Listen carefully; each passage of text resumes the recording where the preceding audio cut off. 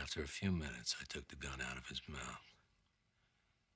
And I say, so help me, if you ever touch her again, I will such and such and such and such and blah, blah, blah, blah, blah.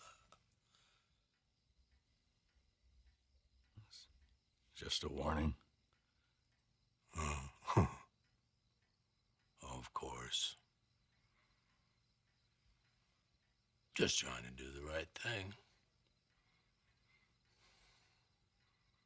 But 2 weeks later, he killed her. Of course. Caved her head in with the base of a wearing blender.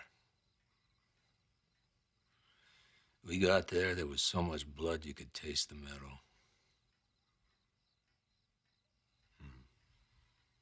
The moral of the story is,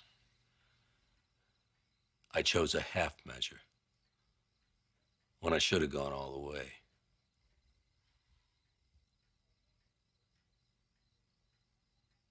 I'll never make that mistake again. Hello everybody, my name is Ray. Welcome to the Evangelical Dark Web. Today we'll be talking about Tom Ascol and the half measure he is proposing to save the Southern Baptist Convention. Now, in my last video on this subject, I did an open letter to the Conservative Baptist Network, and it was I don't want to say harshly worded, but it was brutal. It was brutally honest, and just about the situation itself. And Tom Ascol had his own version of doing what the Conservative Baptist Network is doing, and they're trying to parade that there's hope for next year.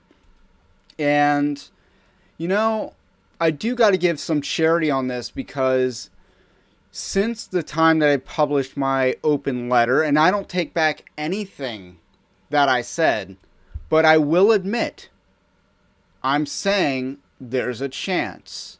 That chance may be 0.1%, but it is higher than it was last week.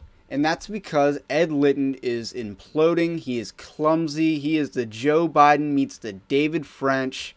He is just that inept for the job. Can't even write his own sermons. And he needs like a team of 8 people to help him steal and adapt J.D. Greer's sermons.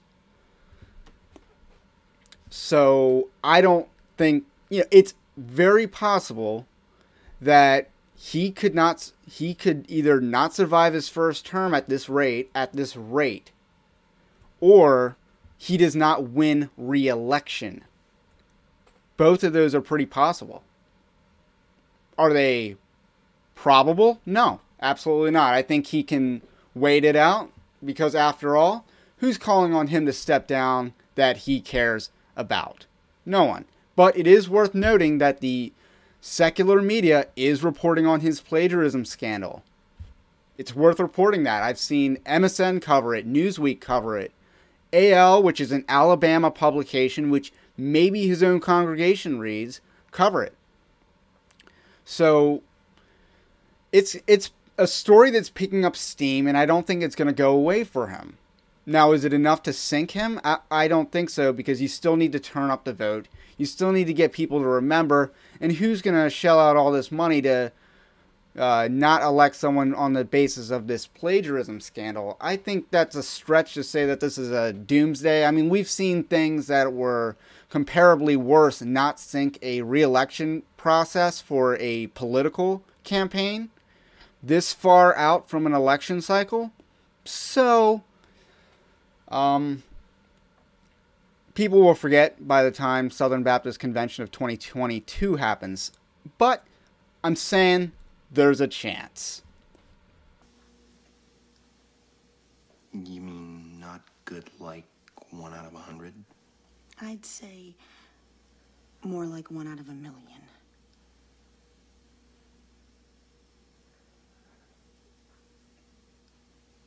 So you're telling me there's a chance? Yeah! So Tom Ascol posted this article last week, and I wanted to cover it, but I'm just now getting to this story because of that Ed Litton stuff and some other stuff that broke late last week and over the weekend. And Tom Ascol is talking about doing some math, doing some crunching the numbers to show up and to defund or to limit the damage that the cooperative program can do.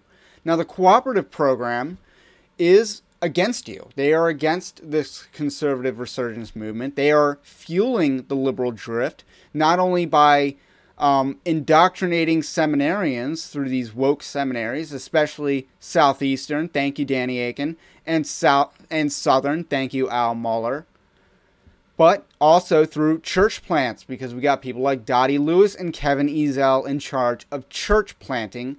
And, you know, personnel is policy. When you have corrupt personnel, you get corrupt policy and corrupt doctrine. So, Tom Ascol has a strategy, and it's not a bad strategy. The strategy is basically to recognize how much money you donate to the cooperative program, to Southern Baptist entities, and how many messengers that entitles you to send.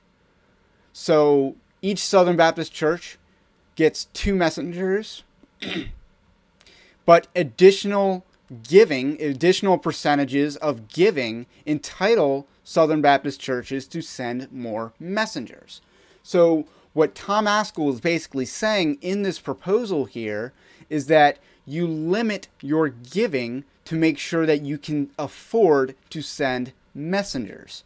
So if you give $10,000 to the cooperative program in 2020, but you sent 0 messengers, then you were eligible to send 10, but you sent 0. So what he is saying that if it costs $4,000 to send 6 messengers, then only donate $6,000 to the cooperative program.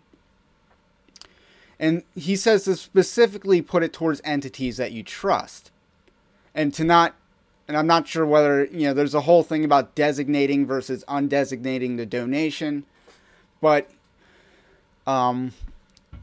this is a strategy. It's a bold strategy. I think if it were a political strategy, it would be worth it. I think it'd be a good political strategy. However, this is ecclesiology. This is not secular politics. This is not the civil magistrates that we are dealing with in this particular issue. This is a ecclesiastical issue.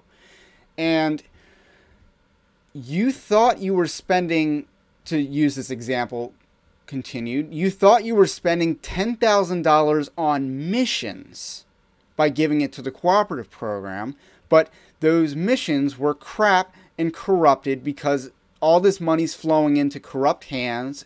It's being used to advance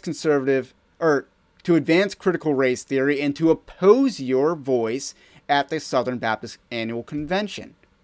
So, conservative churches have no business giving to the cooperative program. That is counterintuitive. Now, I think Tom Ascol recognizes that it's counterintuitive to a degree. And that's why he's advocating that churches should prioritize sending messengers to the annual convention instead of prioritizing the cooperative program. But again, this is secular politics at work, not ecclesiology. Your congregation, how do you tell your congregation that, that $10,000 a year we are giving to the cooperative program isn't being used for what we think it's being used for? So let's only give $6,000 so we can send $4,000 to to devote to messengers to send to the convention, and maybe enough churches do the same strategy and we can win. How do you justify that to your congregation? Is your congregation not going to immediately respond with, well, why don't we put the whole $10,000 where it can actually do some good? Isn't that what anyone would come back at that argument with? This is a half measure, and I'm not sure it's worth it to do a half measure. I don't think the Great Commission, I think the Great Commission is too important to take such a half measure on our finances with. I understand the argument about not letting the cooperative program funds, billions and billions of dollars, fall into enemy hands. But what I'm here to tell you is they already have. They've already fallen into enemy hands, and it will take years to claw them out of enemy hands. And you have to execute your strategy perfectly in order to get these out of enemy hands over their dead bodies. And so far, these people have shown, these people meaning the Conservative Baptist Network and to some degree also Founders Ministry, have shown an inability to execute a strategy that will take back the cooperative program from corrupt hands. So far, they've failed to demonstrate that strategy. So, how do you justify this half measure to your congregation? Now, if a congregation supports it, more power to Tom Ascol and the people that support it, but I don't know why you would. Send that $10,000 to where it can do some good, and I think you'd feel better about that. If that were an option on the table, I think more people would be supportive of that. Because the Southern Baptist Convention, it's too insurmountable to save, and even after you save it, you're going to fall into the same trap that the last people who saved it fell into. They rested on their laurels. They empowered people like Al Mohler, who would later betray them and their movement, and they wouldn't really solve the issue permanently. So I think it's time to give it up. And, you know, I respect Tom Ascol here, but I think he's wrong. I think he's wrong. I think this strategy is a half measure, and we shouldn't take it. No half measures.